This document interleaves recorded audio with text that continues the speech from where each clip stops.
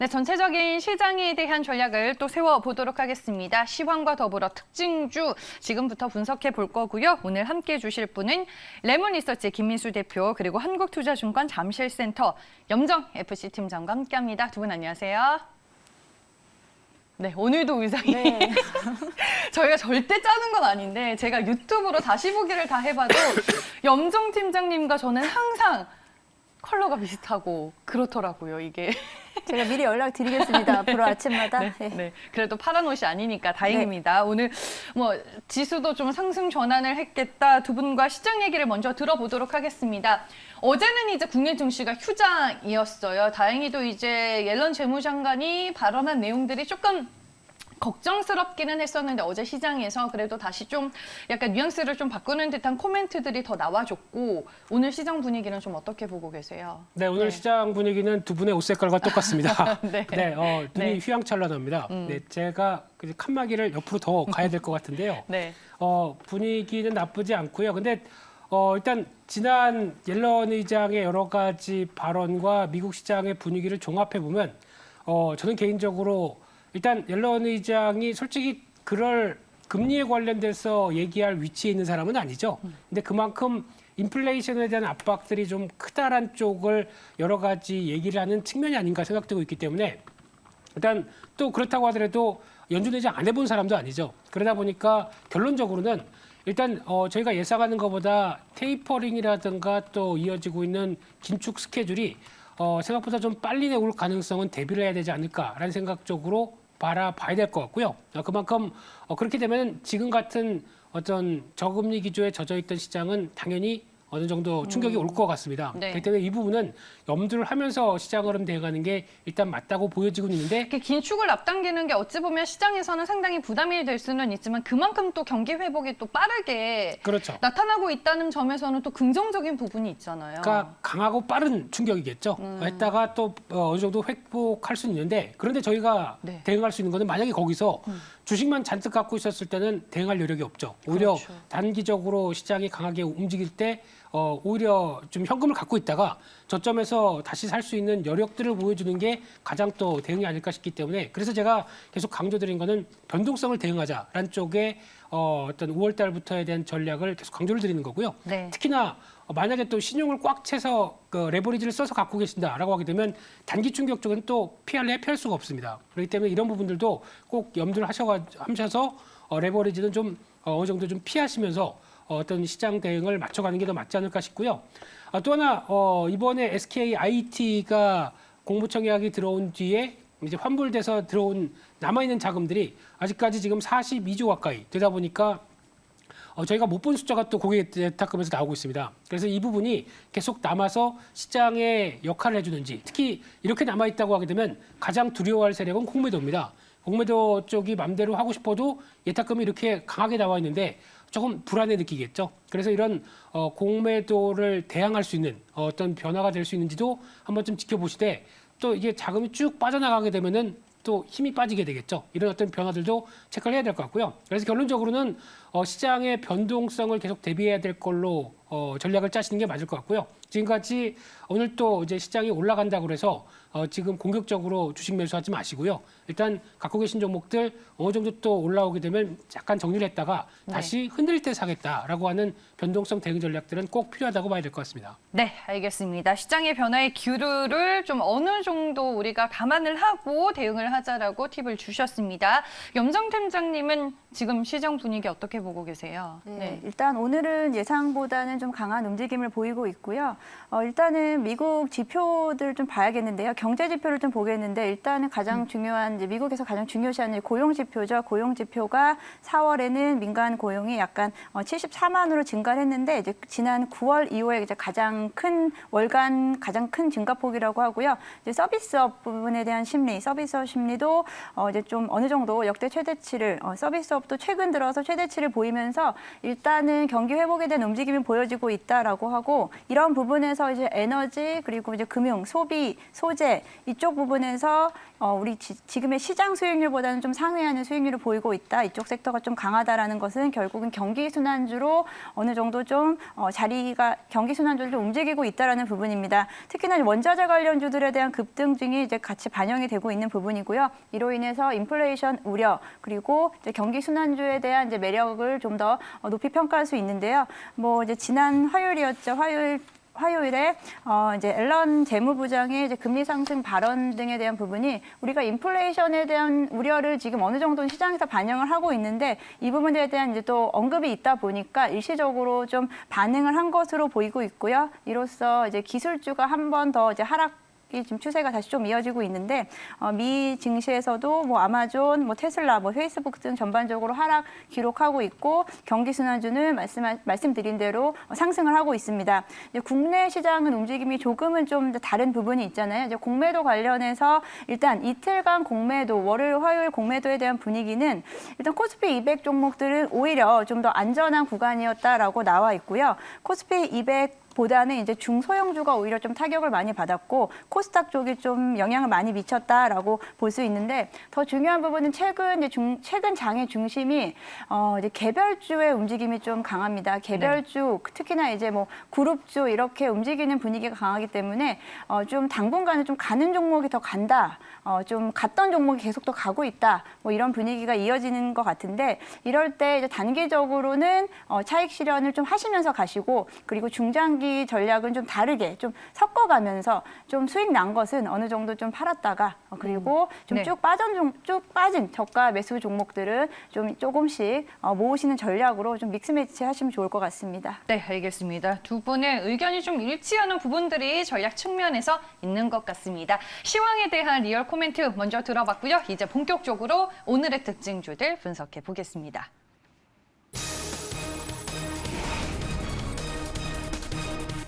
네, 먼저 삼성중공업입니다. 첩첩 3중이네요.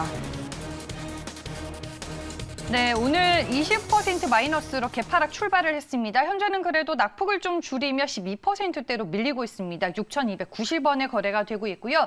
지난 화요일이죠.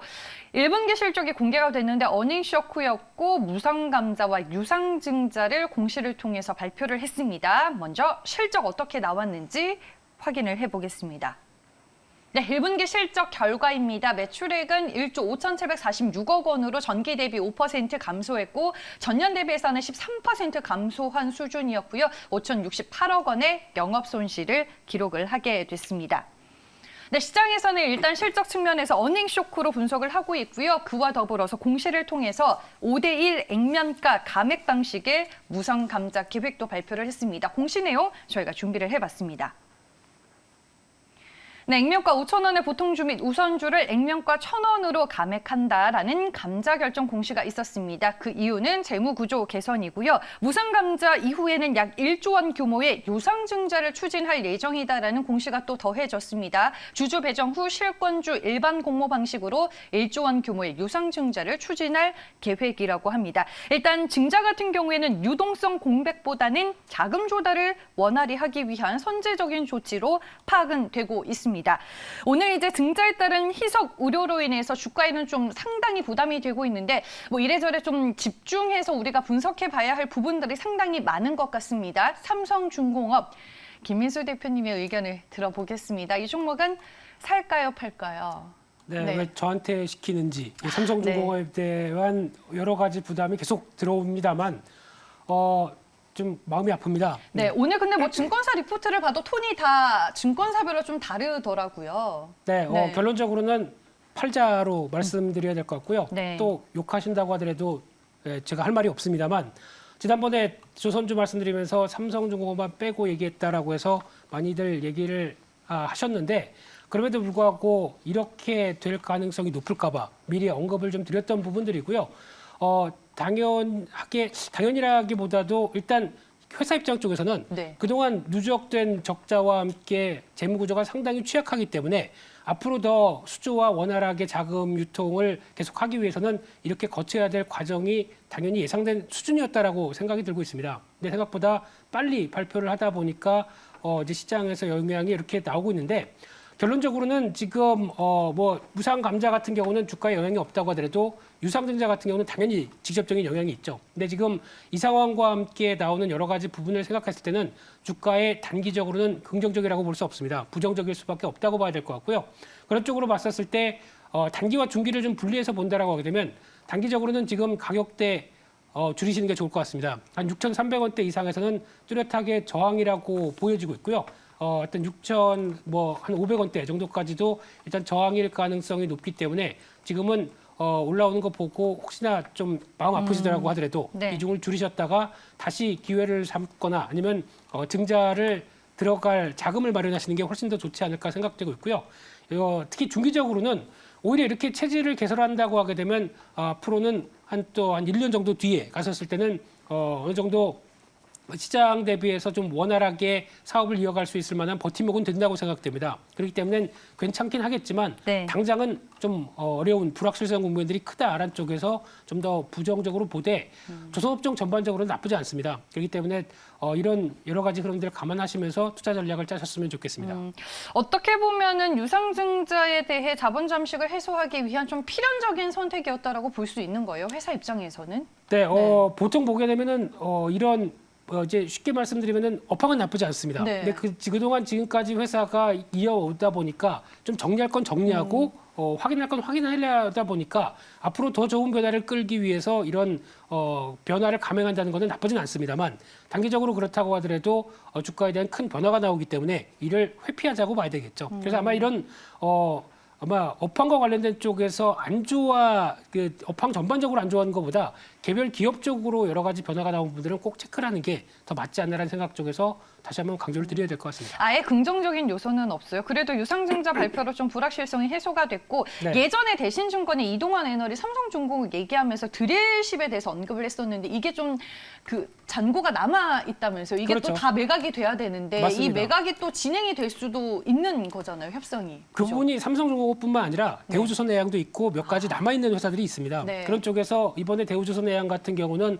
선사와 약간 계약을 좀 연장시키면서 네. 좀 더 긍정적인 방향 쪽으로 틀다 보니까 조금 한숨은 돌렸는데 아직까지 과거에 이어졌던 이제 해양 플랜트의 저가 수주와 관련된 부분들이 여전히 발목을 잡는 경우도 있고요. 그래서 세세하게 따지다 보면 이런 부분들이 약간 실적을 크게 돌리지 못하는데 영향권을 둔다는 점들은 일단 아무래도 발목이라고 봐야 될 것 같습니다. 발목을 네. 잡는다라고 봐야 될 것 같습니다. 네, 알겠습니다. 감자와 함께 유상증자 결정 소식이 이제 화요일에 전해졌었고 오늘 일단은 뭐 주가 상당히 또 부담이 되고는 있습니다. 하지만 어떤 변화의 움직임을 또 꾀하고 있는 게 삼성중공업이기는 한데 앞으로 재무구조 개선에 있어서 어떤 움직임들이 나타나는지는 저희가 또 확인을 할 필요성이 있어 보입니다. 첫 번째 종목이었고요. 다음 두 번째 특징주 보시죠.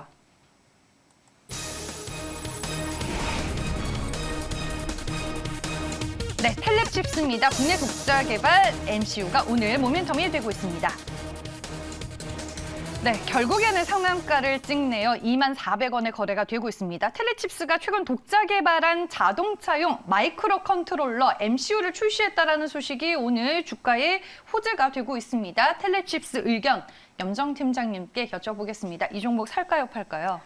일단 오늘 지금 상한가에서 움직이지 않고 있습니다. 일단 네. 장후반까지 봐야겠지만 이 정도면 일단 오늘 매도하실 수 있으면 매도하시고요. 좀 다시 조정을 받으면 다시 재매수 관점으로 말씀을 좀 드리겠는데요. 일단 오늘 이제 개별 호재입니다. 국내 처음으로 자동차용 MCU 마이크로 컨트롤러를 출시했다고 하는데요. 이제 국내 최초인 부분이 이 MCU 부분은 일단 뭐 네덜란드, 독일, 인피니언 등 뭐 일단 전체 글로벌 시장에서 약간 과점 시장에 속하고요. 이제 거기에 약 국내 MCU 부분을 약 98% 수준을 수입에 의존했다가 이번에 이제 국내에서 생산하기 때문에 이 부분에서 아주 크게 호재로 작용을 하는데 이 MCU라는 부분은 일단 뭐 브레이크, 변속기 등 주요 부품에 들어가는 이제 반도체라고 생각을 하시면 되는데 일단 텔레칩스는 중소형 팹리스입니다. 네. 팹리스이고 삼성전자 파운드리를 통해서 이제 지난달부터 시범 생산을 했다라고 이야기를 나오는 만큼 이제 삼성전자와의 협력이 중요한 부분으로 보이고요. 최근에 차량용 반도체나 이제 차량용 부품 관련해서 최근에 이제 쇼티지가 발생하고 있는 부분에서 이제 현대차 그리고 삼성 등 차량용 반도체 부분에서도 협력을 점점 더 넓혀가고 있고 이 MCU 부분에서도 좀 더 기존에 이제 말씀드렸듯이 이제 전기차 그리고 차량용 반도체가 기존 내연차보다 전기차에 약 2~3배 가량이 많은 이제 반도체가 들어가는데 이제 이런 부분에서 좀 더 MCU를 여러 개 통합해서 통합식 형태로 나타내는 방법으로 하게 되면은 그 반도체 수를 좀 획기적으로 줄일 수 있다고 합니다. 이런 부분들에서 이제 기술력, 텔레칩스의 기술력과 삼성전자 그리고 현대차 등 같은 협력으로 인해서 앞으로 이제 텔레칩스의 앞으로 그 성장 가능성에 대해서는 좀 긍정적으로 보는데 오늘 단기적으로 지금 상한가이기 때문에 네. 단기적으로 일단 매도하신 후 다시 재매수 관점으로 하시는 걸 추천드리겠습니다. 네, 알겠습니다. 오늘 뭐 상한가를 기록하고 있는 만큼 추격 매수는 좀 부담스럽다라고 텔레칩스에 대해서 코멘트를 해주셨습니다. 다음 특징주 또 확인해 보겠습니다.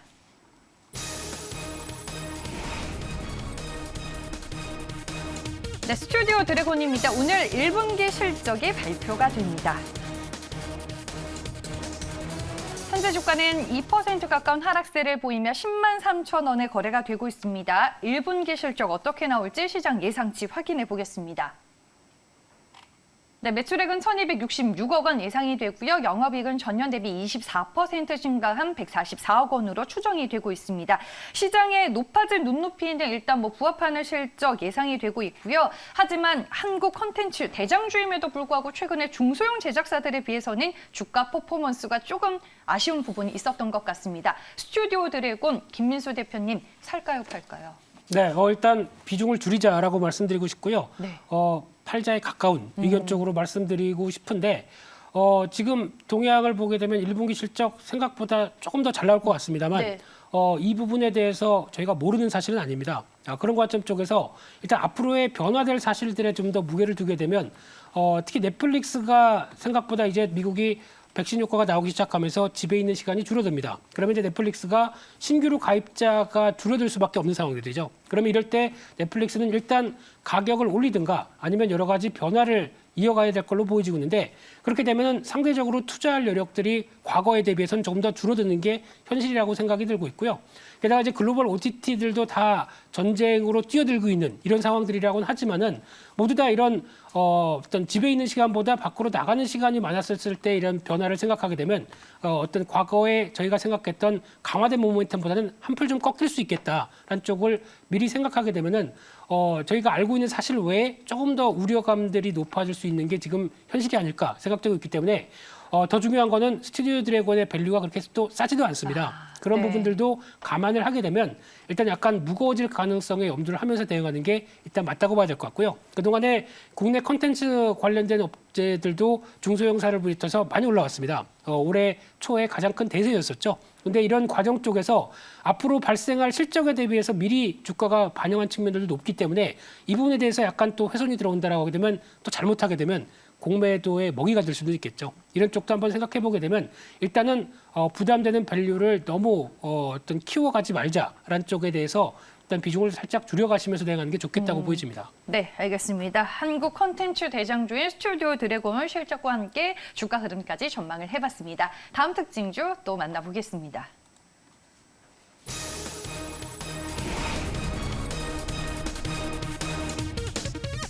네, 현대백화점입니다. 역시나 1분기 실적 발표 앞두고 있는데 소비 경기 회복이 실적에 어떻게 반영이 될까요? 네, 오늘 주가는 3% 가까이 오르며 92,400원에 거래가 되고 있습니다. 1분기 실적 어떻게 예상이 되고 있을까요? 네, FN가이드에 따르면 매출액은 전년 대비 52% 증가한 6,844억 원 추정이 되고 있고요. 영업이익은 전년 대비 288% 급증한 579억 원으로 예상이 되고 있습니다. 더 현대서울점의 초기 성과가 성공적이다라는 시장의 평가를 많이 받고 있습니다. 백화점, 면세점 수요 회복 국면에서 실적 기대감을 어떻게 봐야 할지 염정팀장의 의견 들어보겠습니다. 이 종목 살까요, 팔까요? 현대백화점 매수 관점으로 좀 말씀을 드리겠는데요. 네.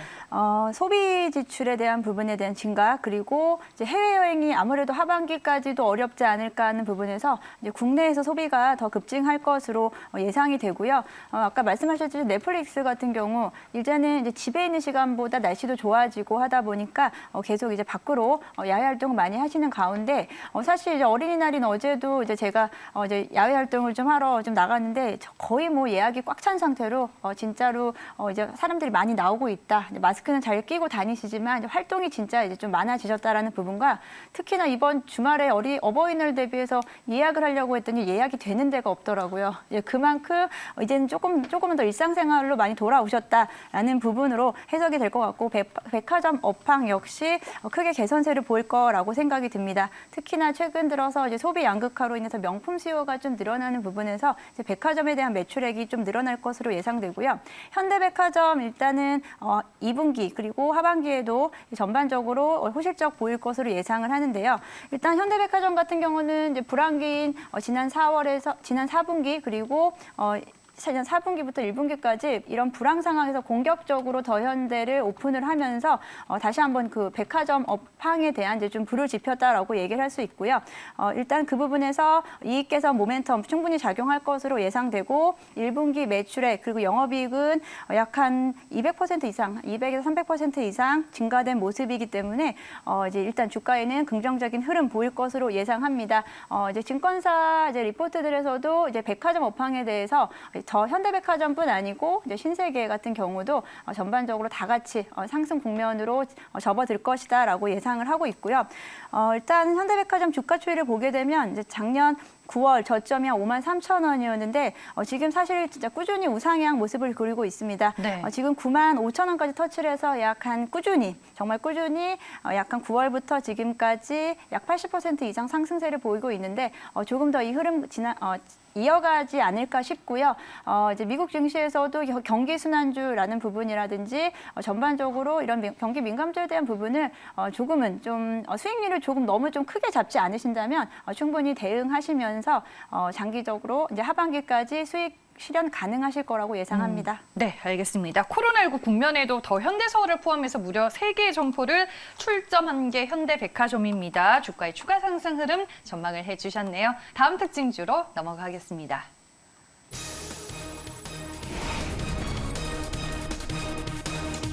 네, 이글벳입니다. 아프리카 돼지열병 확진 뉴스가 나왔죠.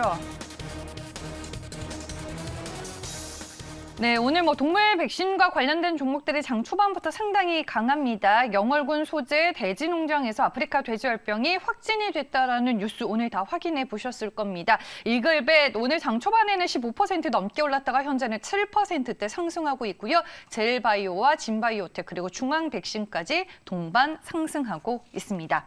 네, 이 중에 이글벳 종목을 콕 집어서 김민수 대표님의 투자 의견을 들어보겠습니다.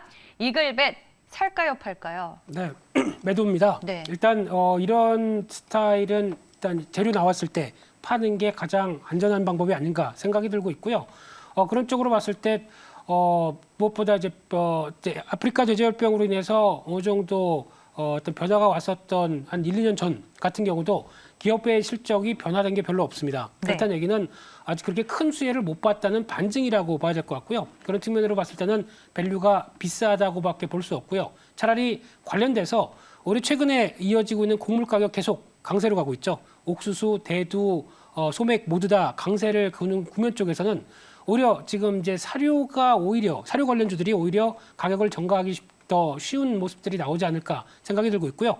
그에 따라서 또 같이 인플레이션 효과를 톡톡히 보는 게 육류 쪽입니다. 특히 지금 같은 경우 벌써 양돈이라고 그러죠. 이쪽은 미국에서도 선물 가격 계속 강세로 가고 있는 상황 쪽에서 중국도 지금 나오고 있는 변화를 보게 되면 돼지고기 가격이 계속 강세 흐름들이다라고 했을 때 또 지금 성수기입니다. 아직 야외를 본격적으로 나가지 못한다고 하더라도 삼겹살의 성수기는 여름입니다. 그런 쪽으로 봤을 때 네. 오히려 가격은 지금 같은 기준에서 안 떨어진다라고 보게 되면 이쪽을 좀 더 신경 쓰는 게 맞다고 봐야 될 것 같고요. 대표적으로 육류 쪽은 선진 같은 경우 밸류가 상당히 쌉니다. 이런 쪽도 관심 가지셨으면 좋겠습니다. 네, 알겠습니다. 저희가 이글벳과 더불어서 아프리카 돼지열병 관련주들 그리고 사료와 곡물 관련주까지 짚어봤습니다. 마지막 특징주 이제 확인해 볼게요.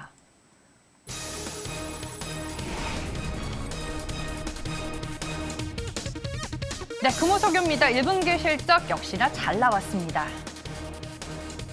네, 주가 7% 넘게 오르고 있습니다. 1분기 영업이익 어닝 서프라이즈였습니다. 올해 2분기 실적은 더 좋을 거라고 하고 오늘 키움증권의 이동욱 애널리스트는 목표 주가를 60만 원으로 또 상향 조정을 했습니다. 대신증권의 한상원 애널은 목표 주가를 45만 원으로 13% 상향 조정했고 유례 없는 초호황으로 성장과 배당이 모두 가능한 종목이다라는 평가를 내놨습니다.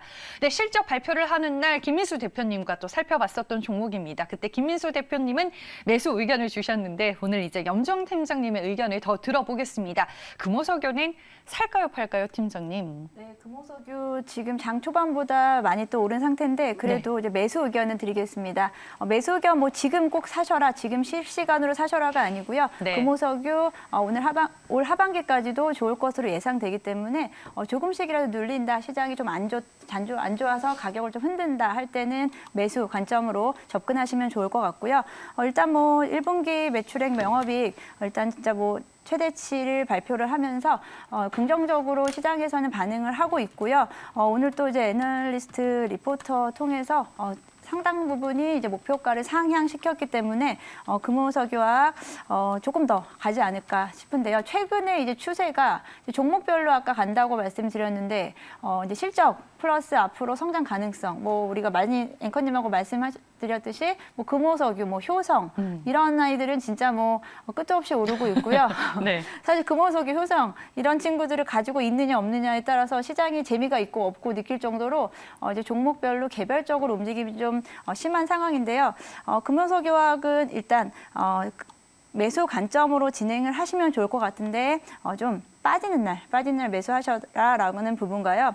최근 들어서 뭐 NB 라텍스 수요라든지 그리고 주력 제품인 타이어용 합성 고무 부분에서 계속 수요 호조세 보이고 있고요. 이제 글로벌 수요량도 늘어나고 있기 때문에 네. 긍정적이다. 뭐 특별히 이제 사실 좀 특별히 뭐 나무랄 때는 없는 부분인 거죠. 그리고 이제 주요 제품들의 이제 스프레드가 확대되고 있는 부분에서 하반기까지 우수한 실적은 이어갈 수 있지 않을까 싶습니다. 그런 차원에서 금호석유 매수 관점 드리고요. 특히 아까 말씀드린 뭐 효성이라든지 그리고 최근에 중공업주 관련해서도 좀 많이 뭐 지난 이번 주 초에 좀 빠졌다가 다시 또 올라오고 있는데 이제 관련 종목들에 대한 그 매수 관점을 유지하시되 오를 때 따라가지 말고 좀 빠지는 날 좀 잡으셨다가 단기적으로도 차익을 충분히 보실 수 있는 아직도 룸이 남아 있다라고 좀 말씀을 드리겠습니다. 네, 알겠습니다. 역시나 긍정적으로 볼 수밖에 없는 종목이다라고 말씀해 주셨습니다. 실적 개선에 기인해서 오늘 키움증권 이동욱 애널리스트가 목표 주가를 60만 원까지 올린 걸 보면은 정말 좋기는 좋은가 보다. 업황 측면에서 뭐 실적 측면에서 그런 생각이 드는 것 같습니다. 오늘 두 분 말씀은 여기까지 듣고 마무리하겠습니다. 고맙습니다.